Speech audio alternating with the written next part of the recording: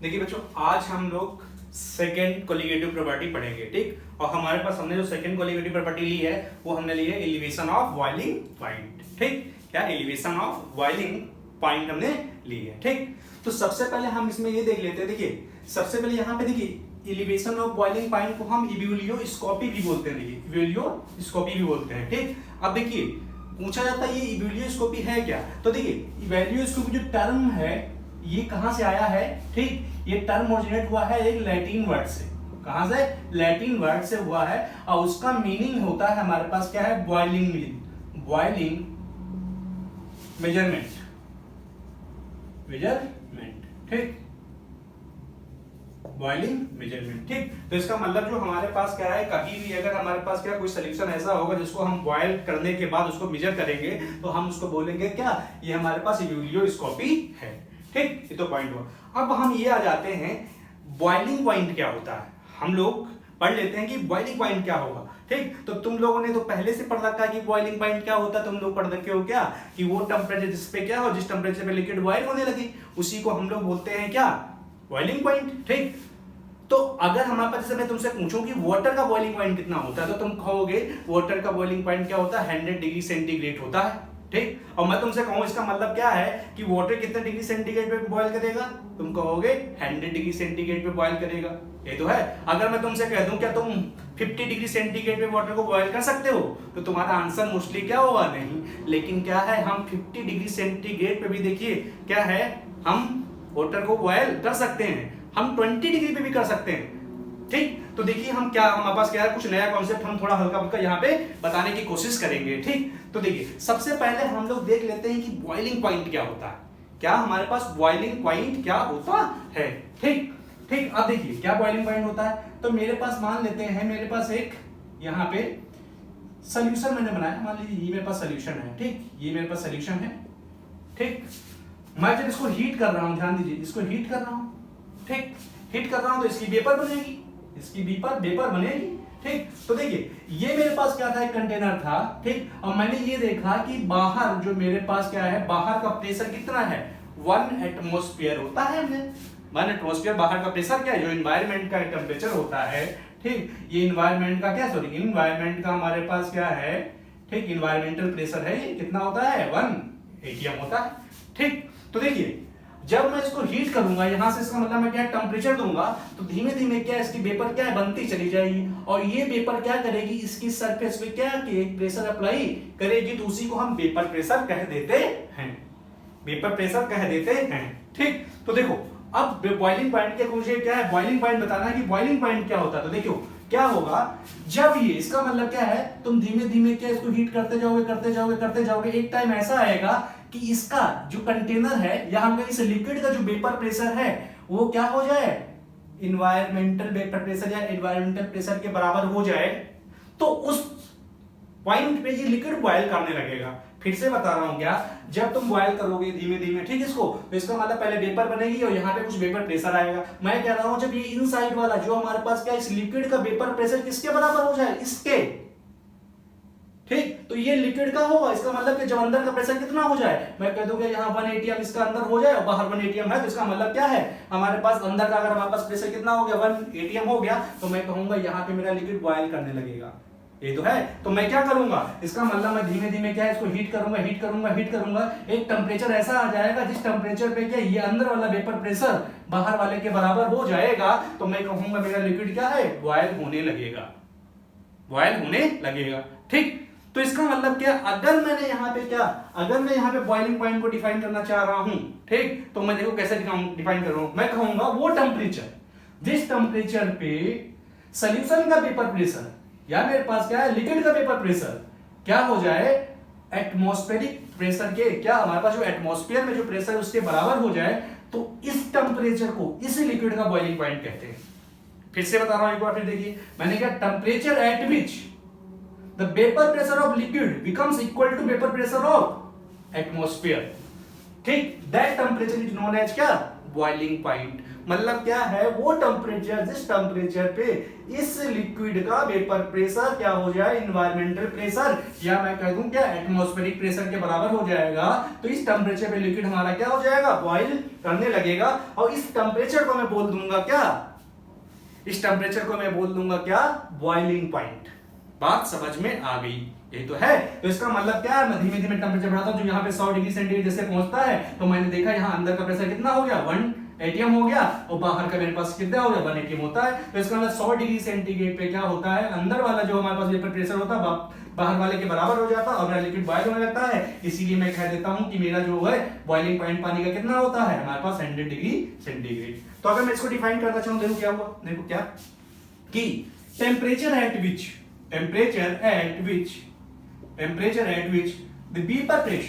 the vapor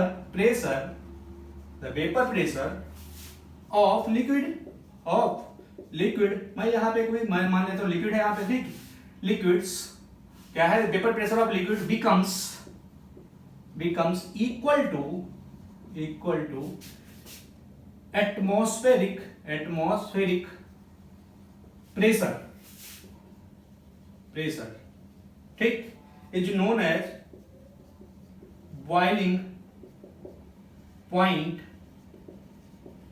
of that liquid। ये तो हो जाएगा liquid start to boil, ये हमारे पास बॉइलिंग हो जाएगा ना, बॉइल करने लगेगा। तो ये मेरे पास हो गया। अब थोड़ा ध्यान दो, क्या अगर मैं क्या देखूं 100 डिग्री सेंटीग्रेड पे अंदर वाला कितना हमारे पास प्रेशर होता है, 1 atm, किसके बराबर हो जाता है, बाहर वाले के। अब बताओ अगर मैं क्या कर दूं, यहाँ पे मैं एटमॉस्फेरिक प्रेशर को कम कर दूं, जैसे मैंने क्या कर दिया, अब मैंने क्या कर दिया यहाँ पे मैंने यहाँ पे 0.5 कर दो, 0.5 किया, तो इसका मतलब क्या है, अब यहाँ पे देखिए इसका मतलब इसको बॉयल होने के लिए क्या है, अंदर वाला वेपर प्रेशर कम चाहिए, कितना चाहिए, 0.5 ही चाहिए, ये तो है। तो मैं क्या कहूंगा यहाँ पे, इसका मतलब क्या, अगर तुम यहाँ पे इसका क्या है 50 डिग्री बढ़ा दोगे तो 50 डिग्री पे ही क्या होगा, ये इनसाइड वाला जो वेपर प्रेशर है वो इसके बराबर हो जाएगा। तो ये क्या है, हमारे पास लिक्विड कितने पे हमारे पास 50 डिग्री सेंटीग्रेड पे ही क्या होने लगेगा, बॉयल होने लगेगा, ठीक, बॉयल होने लगेगा। तो मैंने क्या कहा, अगर मैं एटमॉस्फेयर का क्या करूं, प्रेशर कम कर दूं तो इसका बॉइलिंग पॉइंट क्या हो जाता है, कम हो जाता है, यही तो हुआ, कम हो जाता है। अगर मैं क्या कर दूं, इसका बढ़ा दूं वेपर, इसका मतलब मान लो मैंने कर दिया 2 atm, मैंने एटमॉस्फेयर प्रेशर कितना 2 कर दिया, ठीक, तो ये क्या होगा, पहले ये 100 डिग्री सेंटीग्रेड पे अगर इसका 1 था तो कितना होता था, 1 पे हमारे पास 1 atm पे 100 पे करता था। अगर 2 atm कर दोगे तो अब क्या करेगा, ये 200 डिग्री सेंटीग्रेड पे क्या होगा, इसका अंदर वाला प्रेशर इसके बराबर हो पाएगा। तो मतलब आया यहाँ पे कि जो बॉइलिंग पॉइंट होता है लिक्विड का, वो डिक्रीज या इंक्रीज हम कर सकते हैं। तो इसका मतलब क्या है, अगर हम क्या कहेंगे, देखिए इफ क्या है एटमॉस्फेरिक प्रेशर ना, एटमॉस्फेरिक प्रेशर क्या करोगे हमारे पास, अगर तुमने क्या कर दिया, इंक्रीज कर दिया, देन क्या हो जाएगा, बॉइलिंग पॉइंट क्या कर जाएगा, इंक्रीज कर जाएगा।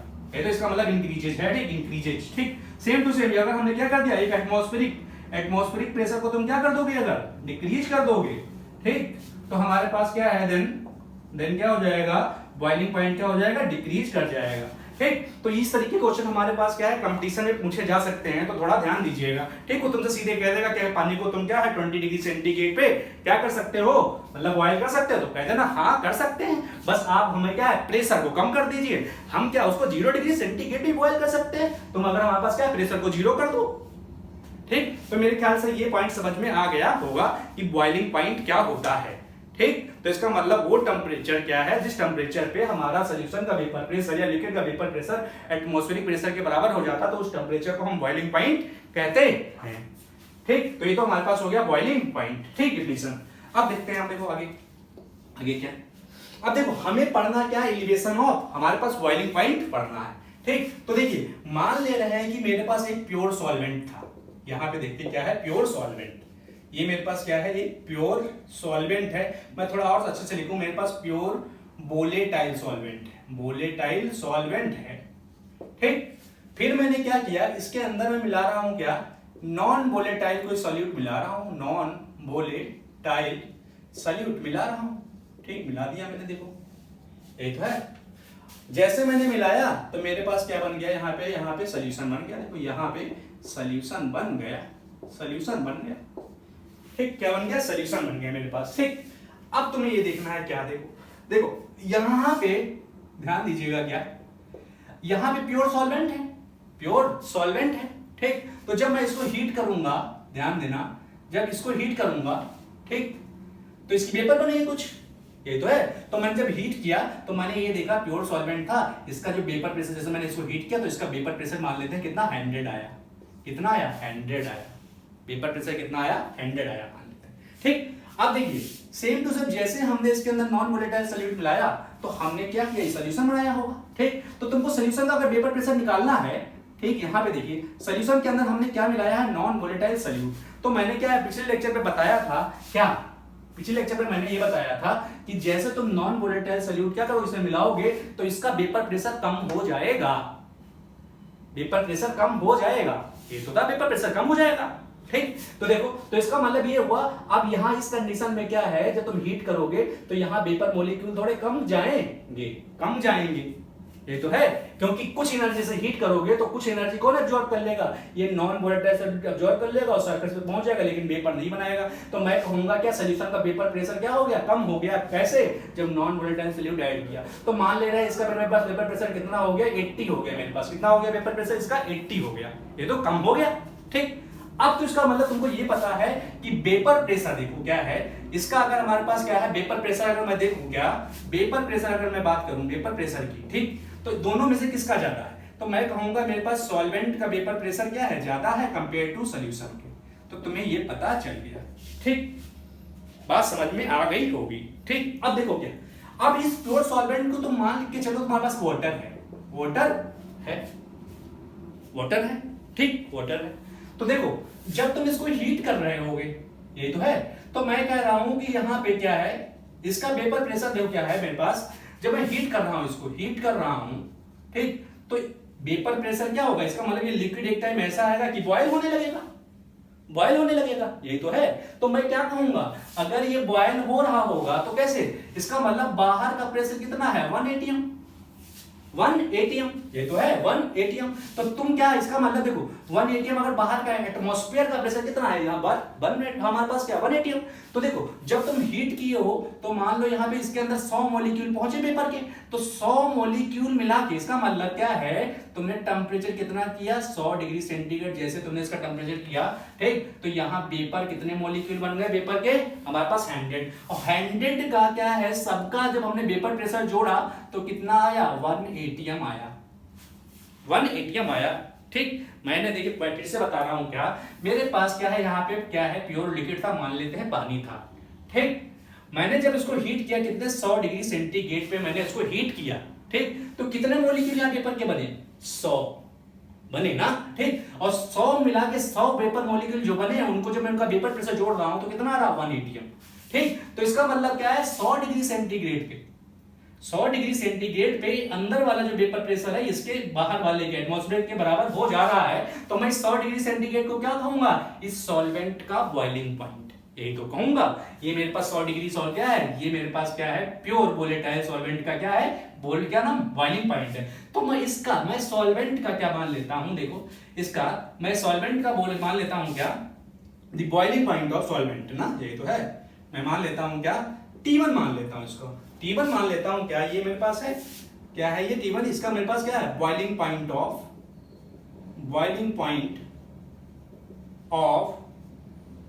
सॉल्वेंट मान लेता हूं, ये T1। मतलब क्या है, यहाँ पे 100 को तुमने हटा दिया और तुमने क्या कर लिया, इस लिक्विड का जो तुमने क्या मान लिया, बॉइलिंग पॉइंट कितना हो गया, T1। ठीक, अब देखिए अब इस वाले पॉइंट पे आते हैं। अब देखिए अब सेम टू सेम क्या करो, मैं जब यहाँ पे 100 डिग्री सेंटीग्रेड क्या कर रहा था, इसको हीट कर रहा था, कितने मॉलिक्यूल बन रहे, 100, और 100 का मिला के प्रेशर कितना हो रहा, 1 एटीएम, और इसका मतलब क्या है, बाहर वाले के बराबर हो जा रहा था। तो मैं कह रहा था लिक्विड बॉयल करने लग रहा, यही तो है। अब सेम टू सेम इसमें आओ। ठीक, अब देखिए सेम टू सेम क्या करो, यहाँ पे 100 डिग्री सेंटीग्रेड टेम्परेचर इसका बढ़ाओ, 100 डिग्री सेंटीग्रेड तुमने टेम्परेचर बढ़ाया, ठीक, तो तुमको पता है यहाँ पे 100 मॉलिक्यूल नहीं पहुंचेंगे, 100 मॉलिक्यूल नहीं पहुंचेंगे, 100 मॉलिक्यूल नहीं पहुंचेंगे ना, सिंपल सी बात है, 100 मॉलिक्यूल नहीं पहुंचेंगे। क्यों? क्योंकि इसके अंदर क्या है, हमारे पास क्या है, नॉन वोलेटाइल सॉल्यूट भी मिला है, वो एनर्जी को एब्जॉर्ब कर ले रहा होगा और सरफेस पे आ जा रहा होगा, लेकिन उसकी वेपर नहीं बन रही होगी। तो मैंने क्या कहा, यहाँ पे कितने मॉलिक्यूल पहुंचे, 80 पहुंचे, यही तो है। ठीक, अब जब हमने 80 का वेपर प्रेशर, ध्यान दीजिए, जब मैंने 80 का वेपर प्रेशर जोड़ा तो वो 1 एटीएम नहीं आ रहा था। हमें पता है जब 100 मॉलिक्यूल अंदर होंगे तो 100 मॉलिक्यूल का सम कितना आएगा, 1 एटीएम, 1 एटीएम आएगा, यही तो आएगा। तो इसका मतलब ये हुआ 100 डिग्री सेंटीग्रेड पे इसका वेपर प्रेशर कम है, तो वेपर प्रेशर अगर कम है, यही तो है, तो ये लिक्विड बॉयल नहीं करेगा।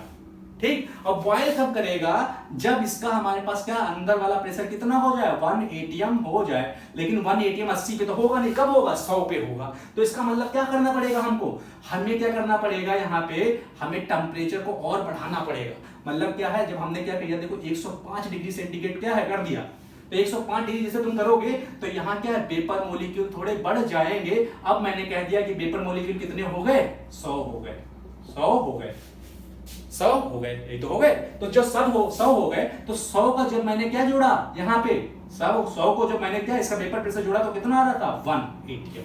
तो इसका मतलब क्या है, ये 105 डिग्री पे क्या कर रहा है, अंदर वाला वेपर प्रेशर बाहर वाले के बराबर हो रहा है, और यहाँ पे 100 डिग्री पे हो रहा था। तो मैं क्या कहूंगा, इस सोल्यूशन जो बना हुआ है यहाँ पे सोल्यूशन, इसका बॉइलिंग पॉइंट थोड़ा इंक्रीज कर गया। यही तो हुआ कि ये हमारे पास 100 डिग्री सेंटीग्रेड पे ही बॉयल कर रहा था, लेकिन यहाँ पे क्या 105 पे बॉयल कर रहा है। क्यों? क्योंकि इसका वेपर प्रेशर कम हो गया था। ठीक, वेपर प्रेशर कम हो गया था, इसीलिए हमें क्या है, टेम्परेचर को थोड़ा बढ़ाना पड़ा। बढ़ जाएगा जैसे तो उसका क्या हुआ, वेपर प्रेशर बढ़ जाएगा ना, और वेपर प्रेशर जैसे बढ़ेगा वो एटमॉस्फेरिक प्रेशर के क्या हो जाएगा, बराबर हो जाएगा। ठीक, तो मैं कहूंगा ये कितने पे बॉयल करेगा, 105 पे। ठीक, तो मैं इस सोल्यूशन का, जो मेरे पास सोल्यूशन बना है, ठीक, तो सोल्यूशन का जो मैं बॉइलिंग पॉइंट ले रहा हूं वे T2 ले रहा हूं। मैंने क्या किया, इसका जो बॉइलिंग पॉइंट क्या, ये सोल्यूशन बना है तो मैं यहां पे ले रहा हूं T2। क्या ये बॉइलिंग पॉइंट किसका है, देखिए बॉइलिंग पॉइंट ऑफ सोल्यूशन, यही तो हुआ सोल्यूशन। ठीक, ये तो हमारे पास पॉइंट हुआ। अब देखो हम लोगों ने ये पढ़ रखा है क्या, देखो अगर मैं बॉइलिंग पॉइंट की यहाँ पे कंपेरिजन करूं, यहाँ पे बॉइलिंग पॉइंट का, ठीक, तो बॉइलिंग पॉइंट किसका ज्यादा है, सोल्यूशन का ज्यादा है। यही तो है, सोल्यूशन का बॉइलिंग पॉइंट ज्यादा है कंपेयर टू सॉल्वेंट के। मेरे ख्याल से पॉइंट समझ में आ रहे होंगे। ये तो हुआ, ये हमारे पास पता चल गया इतना। ठीक, अब देखो थोड़ा आगे पॉइंट पे आते हैं, देखिए आगे पॉइंट।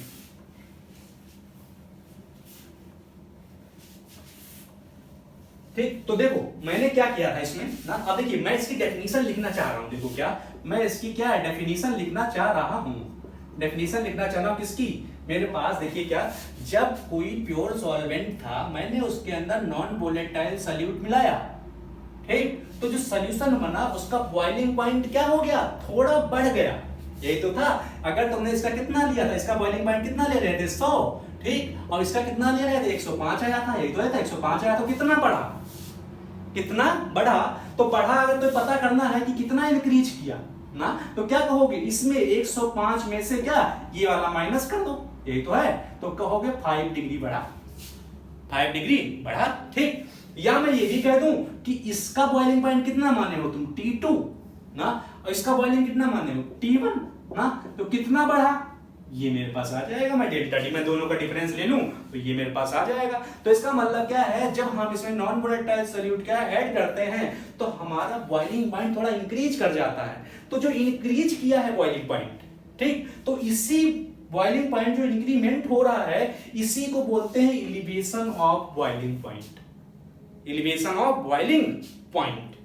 ठीक, अब रीजन पूछा जाएगा क्यों इंक्रीज किया, तो कह दीजिएगा क्योंकि सॉल्यूशन का वेपर प्रेशर कम हो जाता है।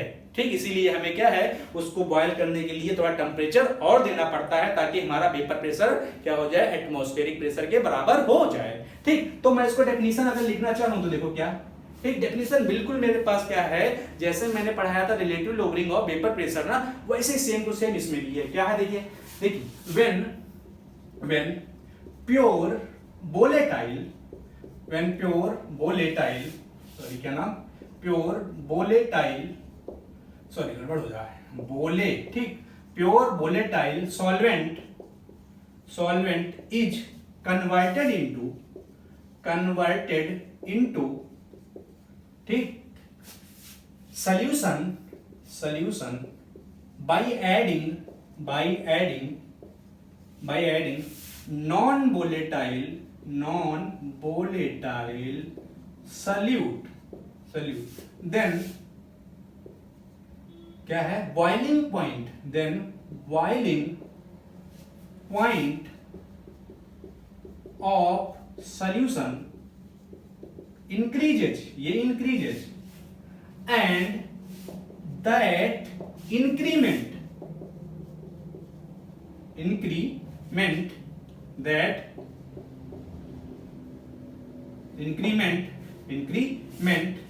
in boiling point is known as क्या, elevation in boiling point। ये डेफिनेशन इसकी हो गई, ठीक। और बॉइलिंग को हम डेल्टा टीवी से नोट करते हैं, ठीक, हमारे पास ये डिनोट करते हैं, ठीक। ये तो हुआ। अब देखिए क्या है हमारे पास यहाँ पे। अब मैं थोड़ा सा अगर ग्राफ देख लूं, छोटा सा, देखो क्या है ग्राफ, अगर मैं बात कर लूं, देखो ग्राफ की, ठीक, तो मेरे पास मान ले रहे हैं, मेरे पास ग्राफ खींचना है, ठीक। तो देखो मैं इधर वेपर प्रेशर ले लेता हूँ, क्या, वेपर प्रेशर ले लेता हूँ, और इधर मैं बॉइलिंग पॉइंट ले लेता हूँ, तो मेरे पास दो चीजें हैं, देखिए, एक मेरे पास प्योर सॉल्वेंट है और एक मेरे पास क्या है, सॉल्यूशन है, ये तो है सॉल्यूशन है। तो ये वेपर प्रेशर है मेरा, ठीक। तो देखो वेपर प्रेशर की अगर मैं बात करूं तो वेपर प्रेशर किसका ज्यादा है, सॉल्वेंट का ज्यादा है। तो जब तुम बॉइलिंग पॉइंट और क्या है वेपर प्रेशर पे ग्राफ खींचते हो तो कुछ ऐसे आता है, ऐसे, ये, ठीक। ये मेरे पास क्या, मेरे पास दो लाइन इस तरीके से ऐसे मिलेंगी, देखिए ऐसे मिलेंगी, ठीक। तो देखो अगर तुम इसको मिलाओ, इधर देखो ये है, ये इधर लाइन मिलाओ, तो इसका मतलब ऊपर वेपर प्रेशर क्या है, बढ़ रहा है, ठीक। तो अब देखो वेपर प्रेशर इसका मतलब किसका ज्यादा है, सॉल्वेंट का। तो जो ऊपर वाली लाइन दिखाएगी ये सॉल्वेंट को दिखाएगी, क्या दिखाएगी, सॉल्वेंट को दिखाएगी, ठीक। और सॉल्यूशन का वेपर प्रेशर क्या है, देखिए वेपर सॉल्यूशन का कम है, तो यहाँ पे देखिए ये हमारे पास क्या वेपर प्रेशर ज्यादा, तो हमने सॉल्वेंट का लिख दिया, ये कम है तो मैं इसका सॉल्यूशन का लिख दिया, ठीक। तो प्रेशर हमारे पास क्या है, देखिए जैसे मैं वेपर प्रेशर ऊपर बढ़ रहा हूं ना, तो वेपर प्रेशर बढ़ जा रहा है। तो तुम्हारा एक पॉइंट आया कि ये वाला पॉइंट, ध्यान दो, ये वाला पॉइंट, ये वाला जो पॉइंट आया, यहाँ पे जो वेपर प्रेशर है वो मान लो 1 atm हो जा रहा है, कितना, 1 atm। तो इसी लाइन को आगे बढ़ाओ, ऐसे आगे बढ़ाओ, तो ये देखो यहाँ पे कट कर रही है, ये तो ये यहाँ पे कट कर रही है। तो इसका मतलब ये हुआ, ध्यान दो, क्या, देखो इसका मतलब क्या है, ये जो सॉल्वेंट का जो वेपर प्रेशर है इस वाले पॉइंट पे कितना हो जा रहा है, 1 atm। मतलब कि इस वाले पॉइंट पे जो मेरे पास सॉल्वेंट होगा वो बॉयल करेगा, और इस वाले पॉइंट पे क्या होगा, सॉल्यूशन बॉयल करेगा। ये तो है, फिर से बता रहे हैं क्या, जब हमने वेपर प्रेशर और बॉइलिंग पॉइंट के बीच में ग्राफ खींचा तो हमारे पास कुछ इस तरीके से ग्राफ आता है, ठीक। तो हमने वेपर प्रेशर के अकॉर्डिंग हमने क्या है, सॉल्वेंट को ये माना और सॉल्यूशन को ये माना। तो और हमने ऊपर प्रेशर कितना, ये 1 एटमॉस्फेयर जहां प्रेशर होगा, ठीक। तो हमने इस तरीके से लाइन ड्रॉ की, तो जो सॉल्वेंट वाला है इसका वेपर प्रेशर की यहाँ पे क्या हो रहा है, 1 atm हो रहा है, ये तो हो रहा है। तो मैं कहूंगा इस वाले पॉइंट पे क्या है, ये सॉल्वेंट बॉयल करने लग रहा होगा, ये तो है। तो तुम नीचे आओ, देखो ये इधर बॉइलिंग पॉइंट पड़ रहा है, जैसे नीचे आओगे देखो ये बॉइलिंग पॉइंट, ये तो है सॉल्वेंट, ठीक। तो मैं कहूंगा सॉल्वेंट का जो बॉइलिंग पॉइंट है ये T1 है ना, और इसको नीचे मिलाओ तो इसका बॉइलिंग पॉइंट मिल जाएगा, देखो ये मिल जाएगा, ये तो है। अब बताओ यहां से फिट देख लो तुम, क्या है अगर हमारे पास, ठीक, ये जो हमारे पास देखिए सॉल्यूशन है और सॉल्वेंट है, तो इधर हमारे पास बॉइलिंग पॉइंट पड़ रहा है, तो मैं क्या कहूंगा यहाँ पे T1 की वैल्यू देखो, सॉल्वेंट जो है उसका बॉइलिंग पॉइंट कम है और सॉल्यूशन का ज्यादा है,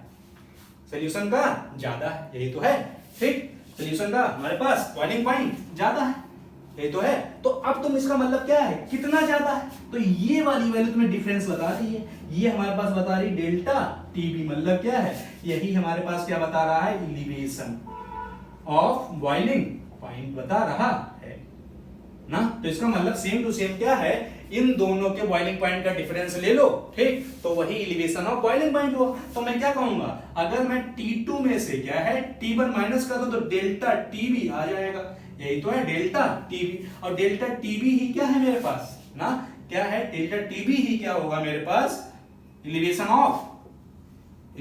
ऑफ बॉइलिंग पॉइंट होगा, बॉइलिंग पॉइंट। मतलब कुल मिला के हमें क्या करना है, जिसका बॉइलिंग पॉइंट क्या हो, ज्यादा हो, ठीक, जिसका बॉइलिंग पॉइंट क्या हो, अगर हमारे पास ज्यादा हो तो ज्यादा में से कम को क्या कर देना है, माइनस कर देना, यही तो है। तो हमें डिफरेंस पता चल जाएगा, जो डिफरेंस आ रहा है वही एलिवेशन ऑफ बॉइलिंग पॉइंट है। तो इतना हमारे पास ये हो गया।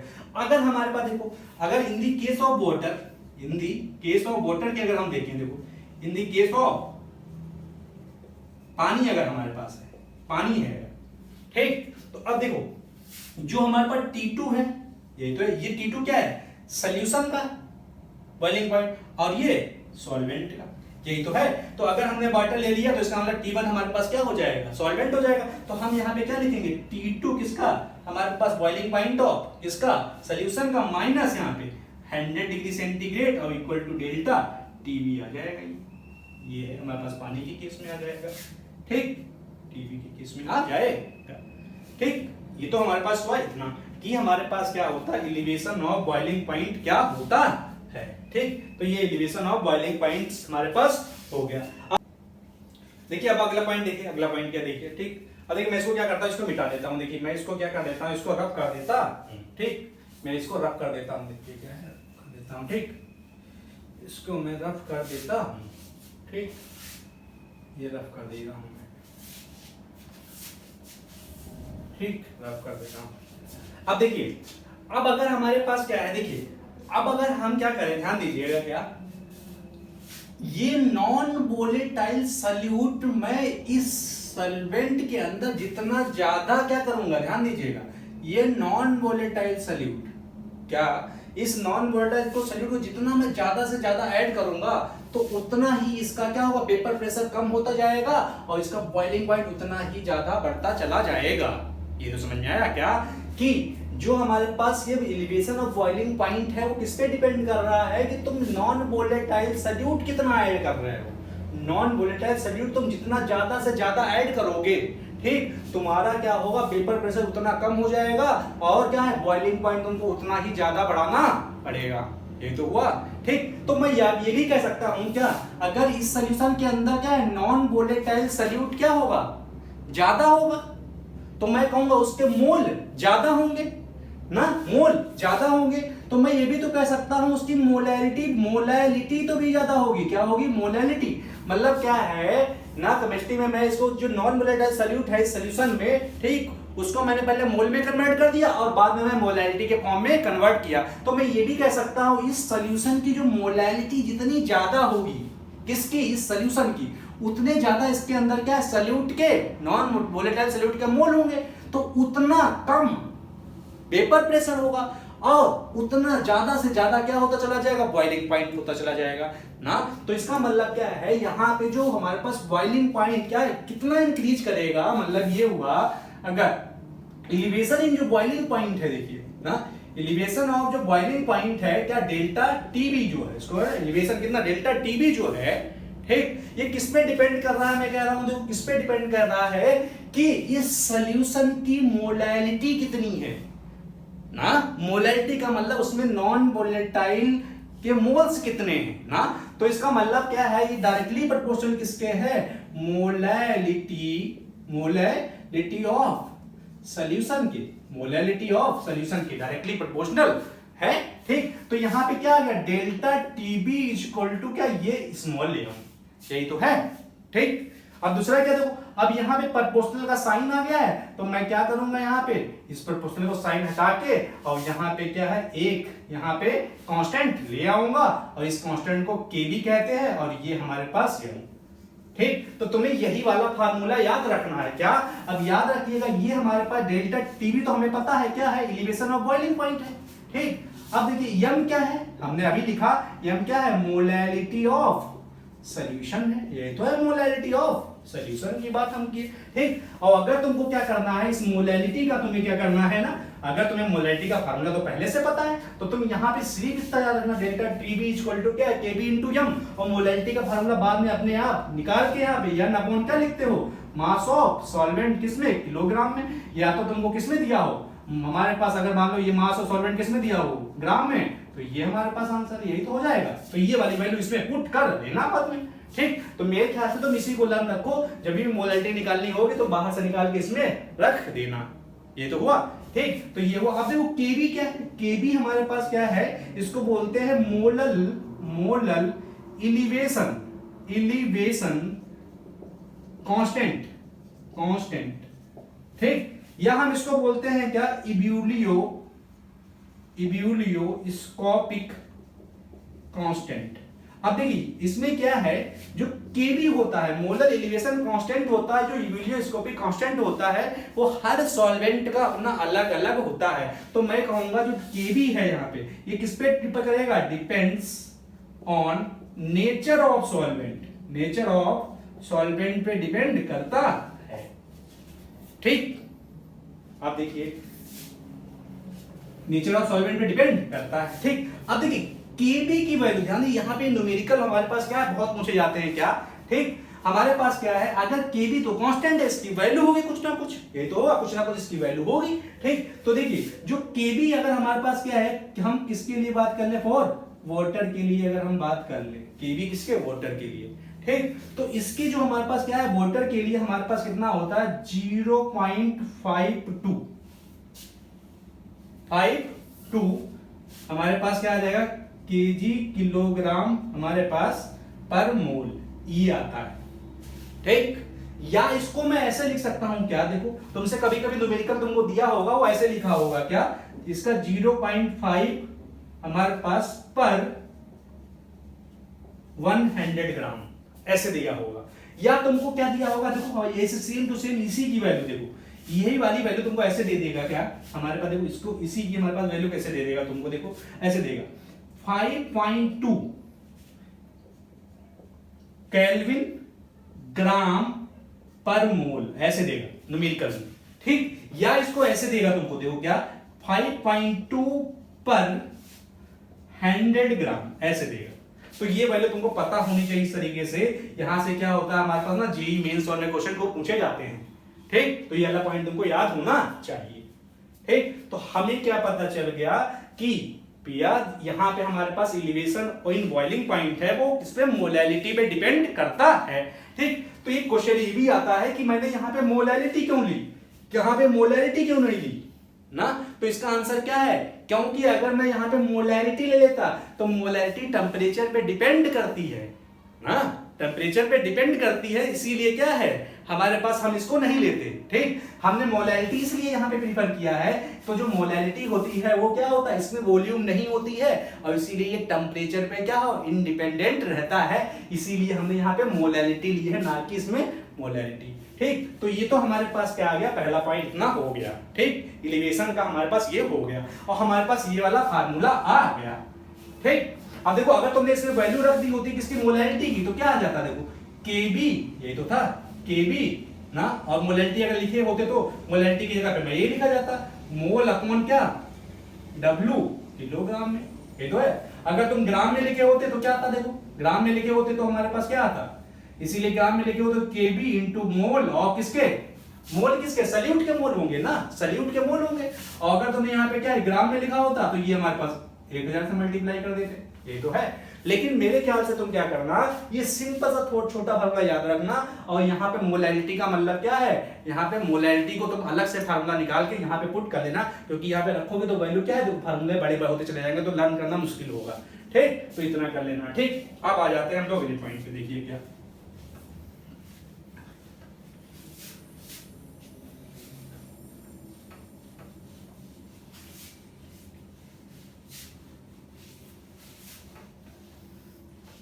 अब देखिए हमारे पास अगले पॉइंट, मान लो ये हमारे पास पहला पॉइंट, अगला पॉइंट देखो क्या है, अगला पॉइंट, ठीक। अब अगले पॉइंट में हम ये देख लेते हैं केबी, यहाँ पे जो केबी आया है इसकी यूनिट कैसे निकालेंगे, मतलब क्या है, यूनिट ऑफ हमारे पास क्या आ जाएगा, देखो unit of Kb, unit of Kb ना। तो देखो हमारे पास फार्मूला क्या है, delta TB equal to Kb into molarity, ये तो है molarity.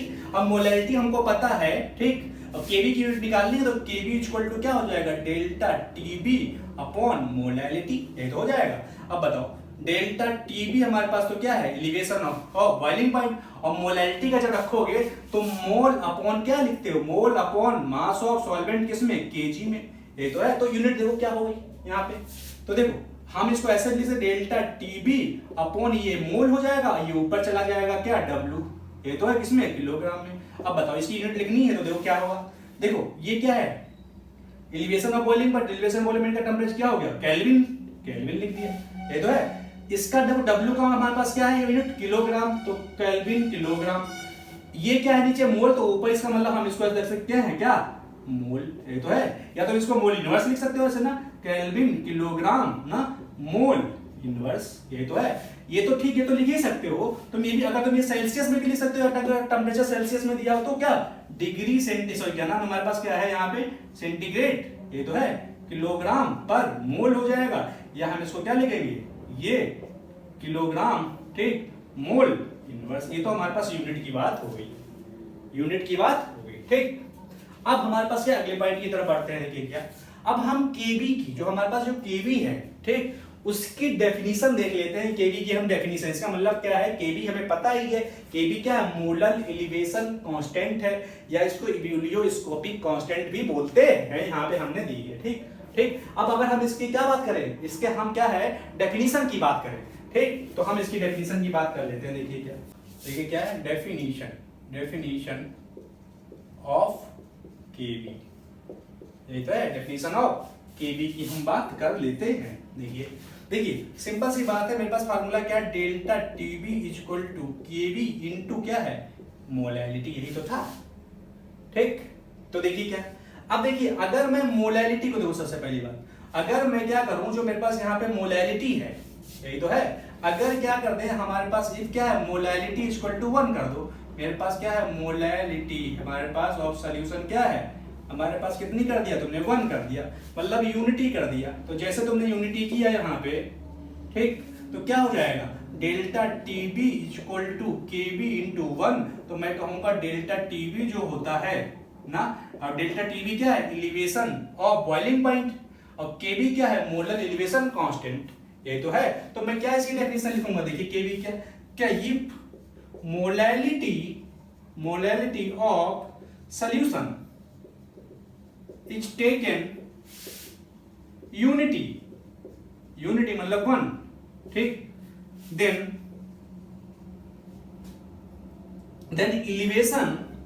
elevation of boiling point, elevation of boiling point is equal to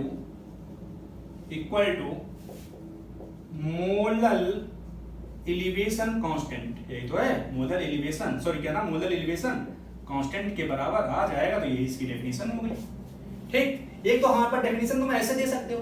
देखो एक पॉइंट हमारे पास और है, इसकी डेफिनेशन हमारे पास सेम टू सेम मैनर में, देखो क्या, अगर हमारे पास क्या है, यही मेरे पास फार्मूला है, देखो डेल्टा टीबी इक्वल टू क्या है, केबी इंटू मोलैलिटी, यही तो है, मोलैलिटी, ठीक। अब देखो मोलैलिटी का अगर फार्मूला लिखूं तो क्या लिखोगे, डेल्टा टीबी इक्वल टू क्या, केबी इंटू मोलैलिटी क्या होगा, mole upon mass of solvent, किसमें, किलोग्राम में, यही तो है। अब तुमने क्या किया, देखो ये मोल किसके हैं, ये हमारे पास mole of non volatile solute हो गया, सॉल्यूट, ये तो है, ठीक। और ये क्या है, मास ऑफ सॉल्वेंट हो गया, मास ऑफ सॉल्वेंट हो गया, ठीक। तो देखो अगर तुम क्या कर लो, मोल हमारे पास क्या ले लो, देखो मोल अगर हमारे पास 1 ले लो, ठीक, और मास W कितना ले लो, 1 किलोग्राम ले लो, ये तो है। तो इसका मतलब अगर तुम 1 मोल किसके, नॉन वोलेटाइल सॉल्यूट को 1 किलोग्राम ऑफ सॉल्वेंट में ऐड करोगे, ठीक, तो अगर हम दोनों की वैल्यू 1 1 ले लेते हैं, तो देखो क्या आएगा, delta TB equal to KB into 1, तो मैं कहूंगा delta TB equal to KB के बराबर आ जाएगा, ये तो होगा। तो मैं यहाँ पे एक डेफिनेशन और लिख सकता हूं, क्या क्या, देखो if 1 mole of non volatile solute is added in क्या, 1 kilogram of solvent, then elevation of boiling point BP, ठीक, boiling point is equal to molar elevation constant, ये तो हो जाएगा, कांस्टेंट की बात हो जाएगी। ये तो पॉइंट हमारे पास आ गया, ठीक। तो इस या तो डेफिनेशन ऐसे दे सकते हैं या फिर ऐसे दे सकते हैं, ठीक। अब तो एक पॉइंट और है, क्या, देखो अगर हमारे पास, मैं इसी को ले रहा हूं, देखो क्या, इसी को, ठीक। तो इसी को जब मैं ले रहा हूं तो देखो क्या होगा, मैं जब ले रहा हूं तो डेल्टा टीबी इक्वल टू, देखो क्या है, केबी इंटू यम आ रहा है, यही तो है। और यम की जगह पे मैं इसको अगर लिख रहा हूं, देखो क्या, डेल्टा टीबी और ये केबी इंटू क्या, ध्यान दो क्या, यम की जगह पे मोल और ये किसमें, किलोग्राम में। अच्छा मैं इसको ग्राम में करूं तो यहाँ पे 1 इससे क्या होगा, देखो Kb into mole of solute, और ये डब्ल्यू हमारे पास का अगर मैं ग्राम में कर दूं यहाँ पे तो 1000 से क्या हो जाएगा, इसमें तो हो जाएगा, ठीक। यहाँ पे अब देखो जो मैंने यहाँ पे 1 किलोग्राम लिखे थे यहाँ पे, तो तुम 1 किलोग्राम पे क्या लिख सकते हो, 1000 ग्राम भी लिख सकते थे, ये तो था, ठीक। तो देखो ये फार्मूला है जनरली ना।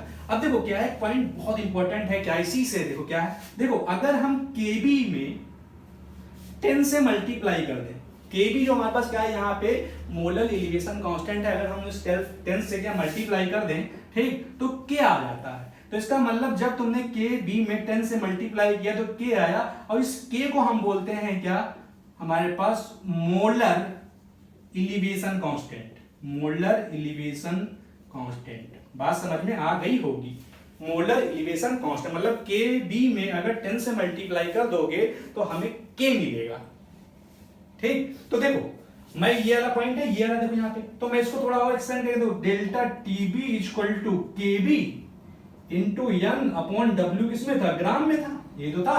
अब मैं इसको ऐसे लिखूं, देखो 1000 लिखा था तो मैं इसको ऐसे नहीं लिख सकता हूं, 10 इंटू 100।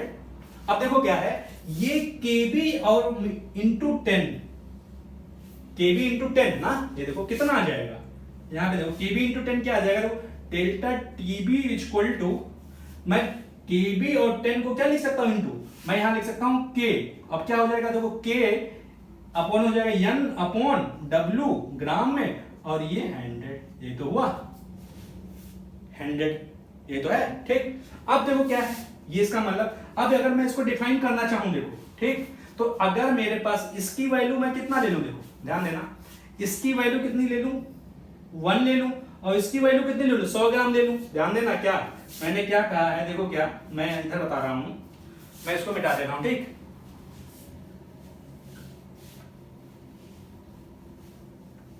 देखो मैं इसी को यहां पे बता रहा हूं, देखो क्या, देखो ये सेम टू सेम मैं यही लिख रहा हूं, डेल्टा टीबी इक्वल टू के इंटू एन अपॉन डब्ल्यू, किसमें, ग्राम में, और इंटू क्या है, ये 100 है, यही तो है। अब देखो मुझे क्या करना है, यहाँ पे ये जो के है ये मेरे पास क्या है, मोलर एलिवेशन कांस्टेंट है, ठीक। मैं इसको डिफाइन करना चाह रहा हूं, तो डिफाइन करना चाह रहा हूं तो मैं मोल ऑफ कितना रखूं, 1 रखूं, ठीक, और डब्ल्यू कितना रखूं, देखो डब्ल्यू में कितना रखूं, यहाँ पे डब्ल्यू को मैं कितना रख दूं, यहाँ पे 100 ग्राम रख दूं, ये तो है।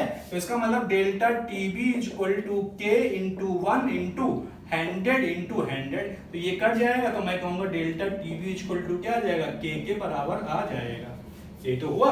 तो इसका मतलब ये है, अगर मुझे ये मोलर एलिवेशन कांस्टेंट क्या डिफाइन करना था तो मैंने क्या किया, मोल कितना लिया, 1, और ये डब्ल्यू क्या है, मास ऑफ सॉल्वेंट है।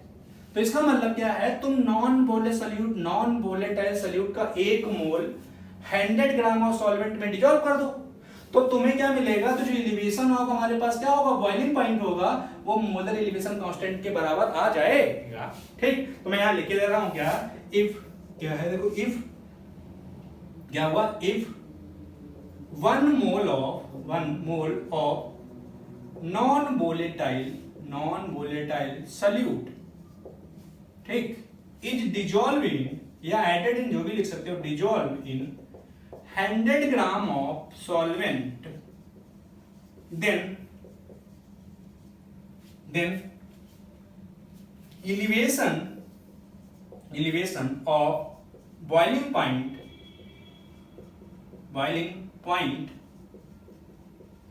is equal to हमारे पास किसके, मोलर एलिवेशन कांस्टेंट, कांस्टेंट की बात आ जाएगी। ठीक, तो ये तो हमारे पास ये वाला पॉइंट हुआ। ठीक, ये इससे हमारे पास ये हम निकाल लेंगे। ठीक, तो हमारे पास क्या आ गया, के के बारे में आ गया, के की डेफिनेशन हो गई। ठीक, और के हमारे पास के की यूनिट हो गई। ठीक, अब एक्चुअली में हम देखो के को कैलकुलेट कैसे करते हैं। ठीक, ये तो हमारे पास क्या डेफिनेशन हो गए, तो हम क्या लिखेंगे, अगला पॉइंट इसमें क्या है, कैलकुलेशन किसका, हमारे पास के का कैलकुलेशन।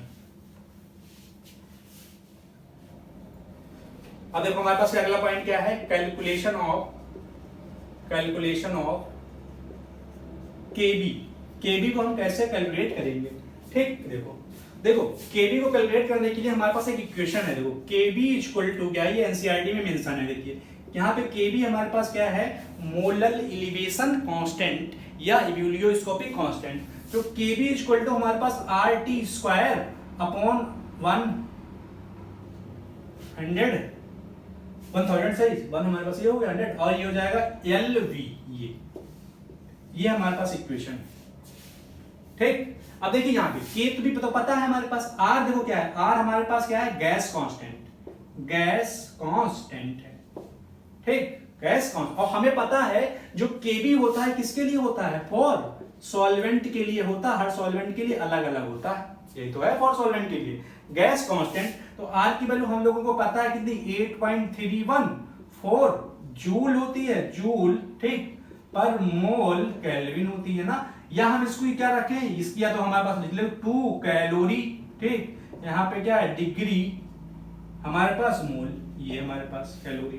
ठीक, तो आर हमें पता चला गैस कांस्टेंट है। अब देखिए टी क्या है, टी हमारे पास बॉइलिंग पॉइंट ऑफ सॉल्वेंट है, बॉइलिंग पॉइंट ऑफ सॉल्वेंट है। ठीक, और एलवी क्या है, देखिए एलवी क्या है हमारे पास, ये लेटेंट हीट ऑफ वेपराइजेशन है। क्या है, लेटेंट हीट ऑफ वेपराइजेशन। ठीक, और ये क्या है, पर ग्राम है।